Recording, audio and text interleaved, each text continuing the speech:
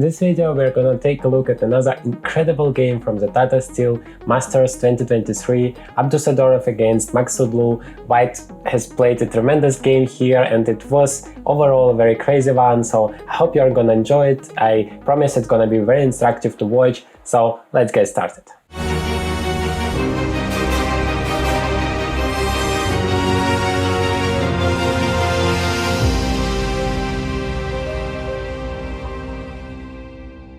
Hi guys, it's International Master Evgeny Liseyev and let's go on with this beautiful game. So Abdusattorov played as white here. The game started with e4, e5. Nothing special really happened during the opening, so I wouldn't pay too much attention to it. I'm gonna just briefly mention that it was a Ruy Lopez defense and knight f6, the main line here castles, bishop went to e7, d3. Now the main line here is rook e1.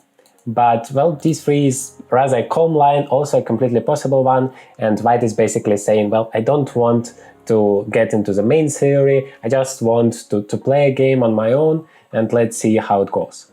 So black played d6, also very solid, c3, now white makes sure that if b5 happens, for example, there is not only b3, but also c2, a very convenient square here to support the e4 pawn in case of d4. Castles. Rook went to e1, supporting the pawn on e4, b5, now bishop c2, like I said. Well, it happens often that white places the bishop here, because on b3 it also could get into the attack, knight f5 would come with the tempo, with some c5 ideas, so why not to put it to c2 if it's possible. Rook went to e8, well, the drawback of this move, bishop to c2, obviously that the bishop is not attacking the pawn anymore. And, well, it's still a theoretical line, like 83 games have been played from this position. Knight d2, a very classical maneuver in the Ruy Lopez. This knight goes to d2, then to f1, and then it has some potentially very good prospects.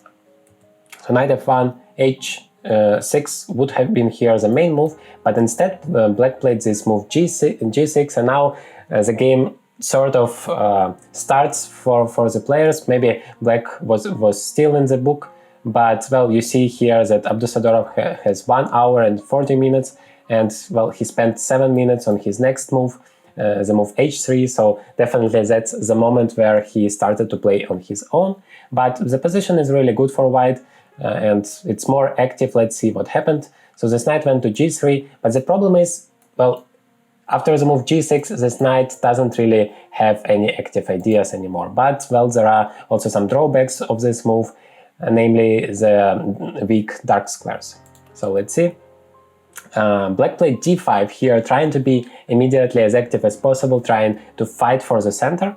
But white plays d4, and boom, you see all of 4 moves here in the center fighting against each other, and that's just the question, who's gonna be the first one, who's gonna be the most active one here and get the most out of it. Let's see what happens. So black is the first one to take something.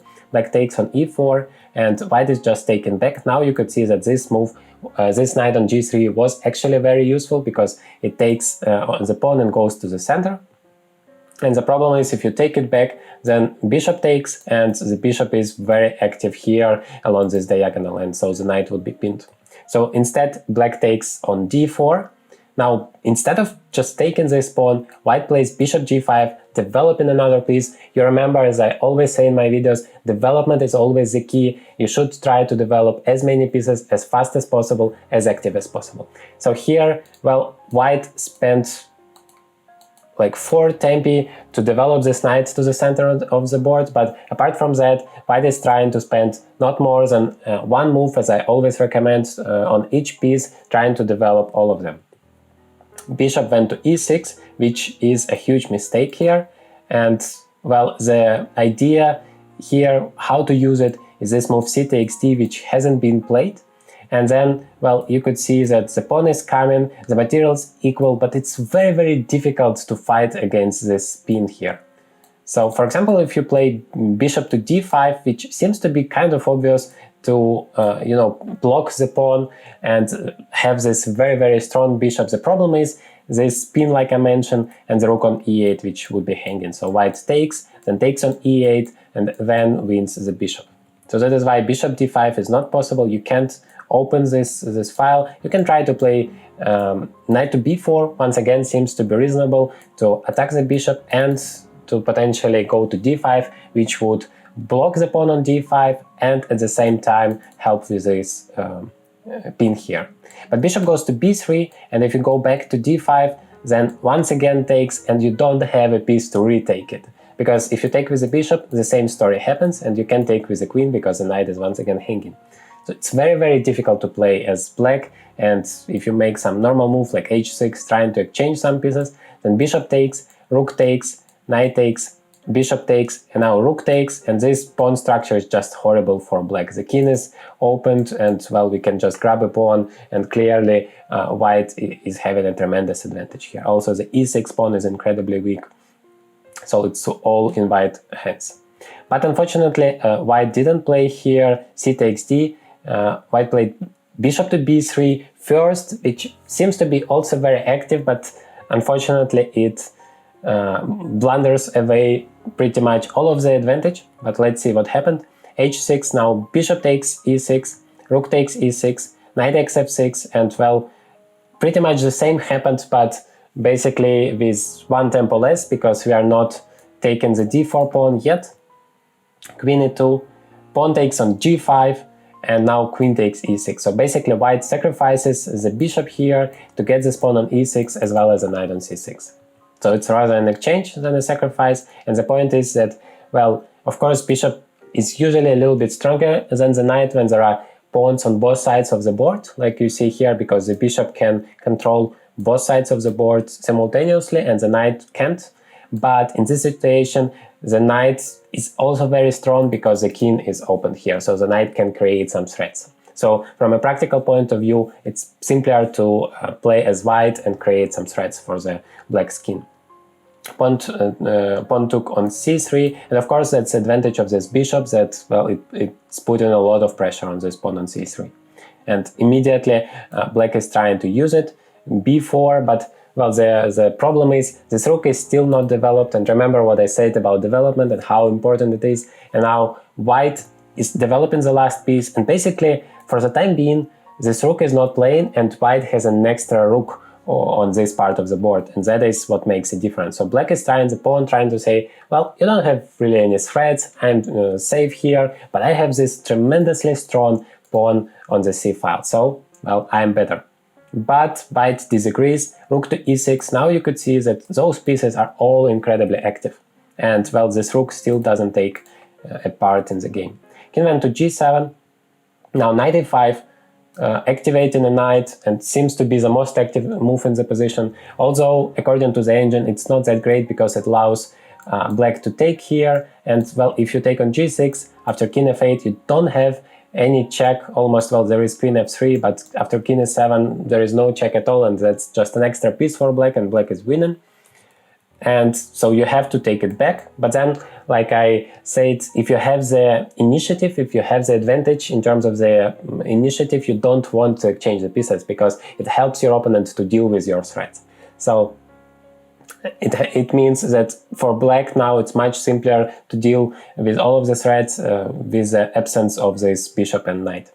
So instead of that, queen e4 was a very strong move for white, but black didn't take it, at least immediately. Here bishop takes e5, rook takes e5, but it's a little bit different now because the queen is not on d8, so rook e7 is coming. That is why black immediately played queen d6. But now queen takes e3, eliminating this potentially very strong pawn, and I guess it was the idea of white just to make sure, I mean with this move knight to e5 back here, just to make sure that white is taking this pawn c3 and then can safely play thanks to this weak king on g7.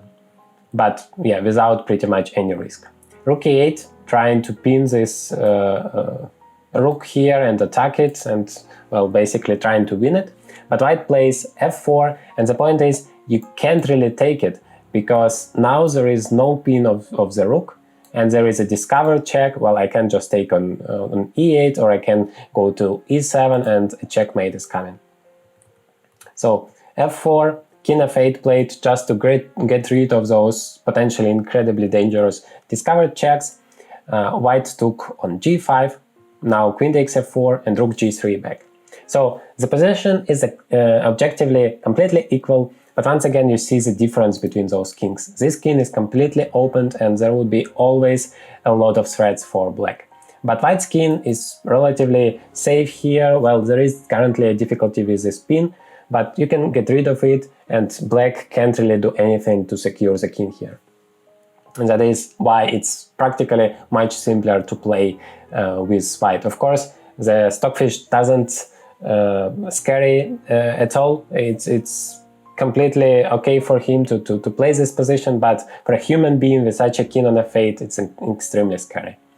Rook e6, trying to stabilize a little bit, defending this pawn. King went back, creating a huge threat of rook f3, winning the queen, so the king went away, but still you could see that it's always opened. There are always some ideas to give another check. Black played c5, rook went to d8, king goes to f7, rook d7 check, king to e8, and rook to d5. Now this pawn is attacked twice, and black doesn't really have any counterplay here, so it's only white who creates the threats. Queen went to h4, finally creating some threats. This rook might be going to e1, so white played rook d1 back, c4, now defending this pawn with the queen, and still trying to say that, well, black is fine. Rook went to f1, and still you could feel that some tension is in the air. This king is never safe, and that's why, like I said, in a practical game it's extremely difficult to play as black. Queen b4, white could always maneuver the pieces around and create new threats, like here the rook is coming, the queen is coming, and well, good luck playing as black and trying to deal with all of those threats. Queen went to d4, just king h1, extremely safe. Now no checks are possible if the rook goes stays here along the first rank, and well, it can go when it needs to give a checkmate. Queen d5, queen went to f8, kind of preparing some tremendous attacks here for the king. So rook went to e7, seemingly logical move to make sure that nothing wrong happens. Now rook f7 is not possible, but well, according to the engine there is a very strong move, queen to f2, and now, well, it's almost impossible. Like, this geometry is just magical. There are so many potential dangerous things. Those rook and queen are moving all around the board, creating an incredible amount of threats for black. White played queen f6, which seems to be also a very active move, attacking the pawns here. Objectively it loses the advantage, but once again, it's all about the practical game and practical threats. Rook went to h7, creating a threat of black's own here, because the g2 pawn is hanging, and rook h3 of course would be incredibly unpleasant. Rook f4, just, well, ignoring the fact that the rook can capture here, because in this position the rook is controlling the d4 square, and even if you give a check, the rook is coming and then the checkmate is coming. And also the rook on h3 of course would be hanging, so you can't really give a check, and if you try to block, for example, this rook d4 idea, then the king would be in trouble, because I have my queen and rook ready to attack. So that is why black didn't take it. Here queen went to c7, and now rook to d4, once again trying to create as many threats as possible and just saying, you can take your pawn on h3, I have no problems with that, but I'm gonna checkmate you afterwards. Rook went to f7, now queen to h8, and still protecting this d4, still somehow miraculously this king has no problems, because if you go rook to f1, it goes to h2, and there are no checks possible. Queen went to b5, and now just a4, just imagine this move. You have rook, you have queen, you have incredible amount of possible dangerous moves, like queen d8 checks, the most obvious one, but you just play a4. How do you feel about that? It's basically incredible. And black just goes away, because if you take this pawn, then you make this, you're not controlling the 5th rank anymore, this queen is coming, and for the king it would be impossible to deal with all of the checks. So the queen must stay on the 5th rank. Now the rook just goes away. Well, once again, maybe objectively not the best move, but still white is putting the pressure, white is creating the threats, and for black it's very difficult. Rook went to d7, of course, black would be happy to exchange as many pieces as possible, especially since this passer is going on, but well, if you leave the rook and the queen on the board, it doesn't matter because, well, you're gonna be checkmated sooner than you're gonna promote this pawn. Black played rook d8, trying to block this rank and avoid this queen b8 check, but queen went to g7 with a check, and then queen to b8, and once again threatening some checks over the b5. King to c6, which is a mistake here. It leads to some difficulties connected with the queen to b8, and now white is continuing to create some checkmating ideas. Instead of king c6, black could have played rook d6, now controlling some squares, and in case of queen to b8, there is king to d7, rook goes to b7, and king tries to escape here. All the way to d5, and in the center of the board, all of a sudden it feels itself more or less secure, if you can say that. Instead, black played king to c6, instead of this rook d6 move. Now queen to b8, and well, rook to d3, but you see that the king is alone dealing with all of the checks, and of course it's not really possible for the king to survive. White just takes another pawn, why not, if you can, and then queen takes g6, and so there are two extra pawns for white, but still all of those threats are still there, so yeah, the material advantage and the king safety, everything says that white is better. Now a5, just pushing this pawn forward, saying you can take it, no problem, but then once again your queen would be off the defensive side, and I'm gonna checkmate you. Queen went to d5 because once again if you take, then there is rook to b7, and the problem is if you go to c8 there would be queen to c6 and the checkmate is coming, and if you go back then of course there would be a back rank problem. So queen went to d5, trying to once again control the b7 square and try to give a check and exchange the rooks. That would be of course very good for black, because then without the rooks you can never be checkmated with just the queen, and you still have some hopes with the c pawn. Queen went to g4, king d6, a6. Now this queen is controlling the d1 square, so no rooks exchange for you, and this pawn is just pushing forward to be promoted. c3, black is trying to create a threat of their own, but now rook goes to b6, and well, black has a great number of difficulties with his king once again. Queen went to g5, and after king e4, queen to e7, queen to e5, queen to h4, and black played here king f5, probably out of desperation, because after queen g4 it's a checkmate on the board, and that is what happened in this amazing game.